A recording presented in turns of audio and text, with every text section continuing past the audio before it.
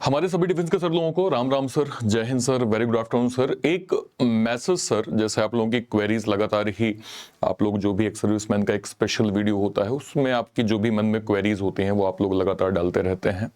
ये वाली क्वेरी मुझे सर ज्यादातर जो है वो कमेंट में मिली कि बैंक एग्जाम में एक्स सर्विसमैन डिपेंडेंट को रिजर्वेशन मिलता है या नहीं मिलता, या डिपेंडेंसी की एक क्राइटेरिया जो है वो क्या है सर, जिस तरह से हम जो है वो फॉर्म को भर पाएंगे, और क्या हमें अगर कुछ जो है वो क्राइटेरिया में रिजर्वेशन मिलता है तो क्या मिलता है।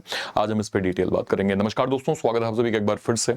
हमारे सभी डिफेंस के सर लोगों से रिक्वेस्ट है, चाहे आप आर्मी में हो, नेवी में हो, एयरफोर्स में हो, आपका रिटायरमेंट हो चुका है, होने वाला है, या अभी सेकेंड इनिंग की प्लानिंग में है, आप इस चैनल को सर सब्सक्राइब जरूर कर लीजिएगा, क्योंकि यहाँ पे न केवल इंपॉर्टेंट इन्फॉर्मेशन टाइम टाइम पे एक्स सर्विसमैन कैटेगरी की, प्री से मेंस तक का एक्स सर्विसमैन डीईएसएम कैटेगरी का कंटेंट, रीजनिंग कंटेंट आपको वन स्टॉप सॉल्यूशन में इस चैनल पे मिलता है सर। मेक श्योर करें आप सभी लोग चैनल को सब्सक्राइब जो है वो जरूर कर लीजिए। चलिए बिल्कुल स्क्रैच से समझते हैं सर, और क्या आपका डाउट है उसका सॉल्यूशन क्या है। देखिए, आईबीपीएस, आरआरबी और आरबीआई जैसे मेजर एग्जाम्स में एक्स सर्विसमैन के डिपेंडेंट यानी सन, डॉटर, स्पाउस को जनरली सेपरेट रिजर्वेशन नहीं मिलता सर। ठीक है, रिजर्वेशन सिर्फ एक्चुअल एक्स सर्विसमैन कैंडिडेट को ही दिया जाता है। इसका मतलब क्या है, ये रिजर्वेशन मेनली उन कैंडिडेट्स को मिलता है जो आर्मी, नेवी, एयर फोर्स में जो है वो प्रिस्क्राइब सर्विस जो है वो कर चुके हैं।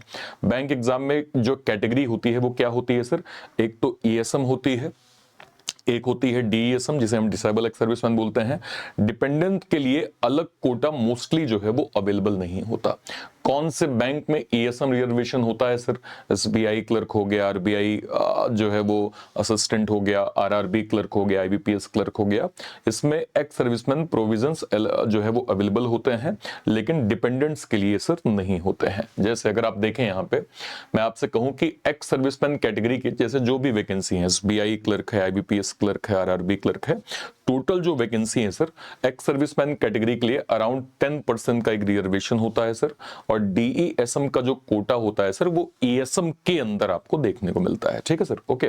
तो बैंकिंग रिक्रूटमेंट में यूजुअली ऑफिसर लेवल या पीओ में कई बार रिजर्वेशन लिमिटेड या जो है वो एब्सेंट भी हो सकता है, डिपेंडिंग अपॉन द नोटिफिकेशन। वैसे अगर आप ईएसएम कैटेगरी से जो है वो बैंकिंग को टारगेट कर रहे हैं तो आपके लिए ज्यादा बेटर होगा कि आप क्लरिकल को फोकस करें। एक तो ये है कि आपका पे प्रोटेक्शन है, दूसरा सर कट ऑफ के डिफरेंसेस अच्छे होते हैं सर। मतलब अगर आपकी सिलेक्टिव स्टडी फोकस स्टडी है तो आपके लिए सर ये क्लरिकल एग्जाम, अगर आप मतलब रेगुलर हैं, कंसिस्टेंट स्टडी कर रहे हैं, रिवीजन को प्राथमिकता देते हैं, ये सारी चीजें आप कर रहे हैं सर, तो आपको जो है वो क्लरिकल लेवल में सेलेक्ट होने के चांसेस ज्यादा हो जाते हैं।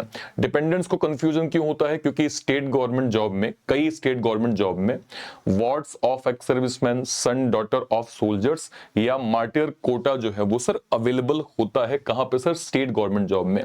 लेकिन जब आप बैंकिंग सेक्टर जो है वो सेक्टर की बात करते हैं तो public sector bank recruitment mostly IBPS rule और सेंट्रल गवर्नमेंट की जो गाइडलाइंस है उसको फॉलो करते हैं, जहां डिपेंडेंट कोटा नॉर्मली सर आप बैंकिंग के जो है वो एग्जाम्स में आपको नहीं दिखता सर। डिपेंडेंट्स को usually sir age relaxation, attempt relaxation, fee relaxation भी नहीं मिलता अंडर ईएसएम कैटेगरी। ये बेनिफिट्स केवल एक्चुअल एक्स सर्विसमैन कैटेगरी के हमारे सर लोगों को ही यहां पे मिलता है। ठीक है सर, ओके।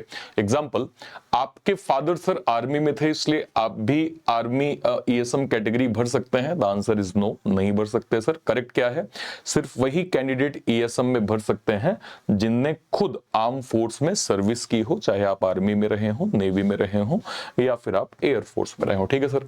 एज, अगर कैंडिडेट आर्मी में खुद सर्व कर चुके हैं, ग्रेजुएशन इक्विवेलेंट सर्टिफिकेट है और आर्म फोर्स से रिटायर हुए हैं, तो वो ईएसएम बेनिफिट्स को जो है वो क्लेम कर सकते हैं। यानी वो जो है वो वहां पे एक हाईली चांस होते हैं कि उनको जो है वो जितने भी उसमें क्राइटेरिया के अंतर्गत बेनिफिट्स आते हैं वो आपको मिल जाए। हर साल आईबीपीएस, एसबीआई में लाखों कैंडिडेट अप्लाई करते हैं। ईएसएम कैटेगरी कंपैरेटिवली जो है वो लिमिटेड होती है। जैसे मैंने आपको बताया कि टोटल वैकेंसी जो भी है उसका समतुल्य 10 से 14% के करीब ईएसएम कैटेगरी का एक कोटा होता है सर। क्लरिकल कैडर में ईएसएम पार्टिसिपेशन ऑफिसर कैडेट से ज्यादा होता है सर। ठीक है, ओके। सो एक्स सर्विसमैन का सर रिलैक्सेशन अवेलेबल होता है। Dependent of ex serviceman generally no reservation in bank exams, इसलिए फॉर्म भरते वक्त आप general, OBC, ST, ST, EWS जो अवेलेबल हो वही कैटेगरी चूज करें। सिर्फ पेरेंट आर्मी में होने की वजह से ईएसएम कैटेगरी ना भरें, वरना डॉक्यूमेंट वेरिफिकेशन में कैंडिडेचर जो है वो आपका ओवरऑल क्या हो सकता है, आपका यहां पे रिजेक्ट जो है वो हो सकता है। ठीक है सर, उम्मीद करते हैं ये एक बेसिक क्वेरी जो लगातार मुझे मिल रही थी, उम्मीद करते हैं आपको ये समझ में आ गया होगा।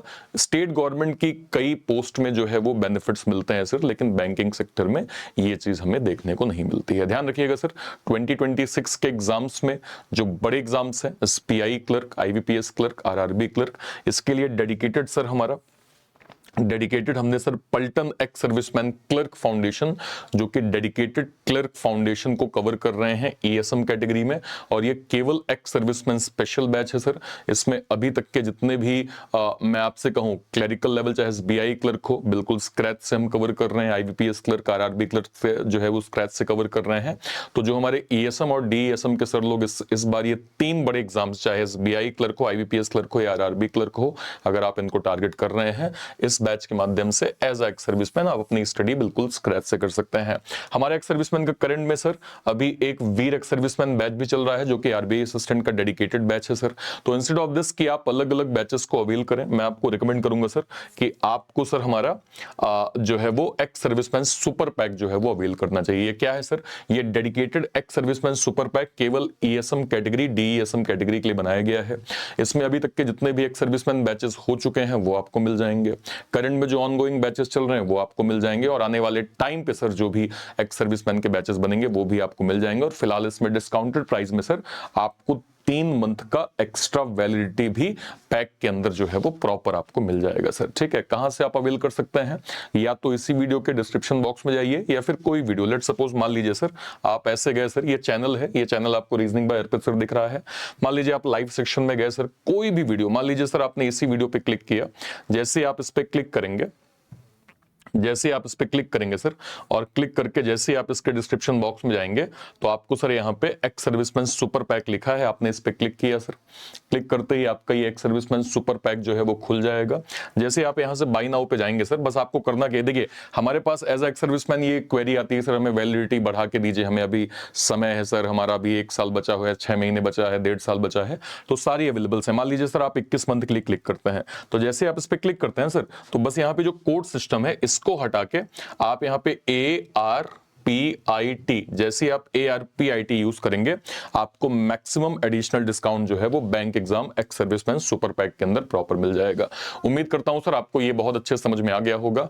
कहीं कोई क्वेरी होती है इस वीडियो के कमेंट सेक्शन में अपनी बात आप जरूर रखिएगा। टिल देन, तब तक के लिए थैंक यू सो मच।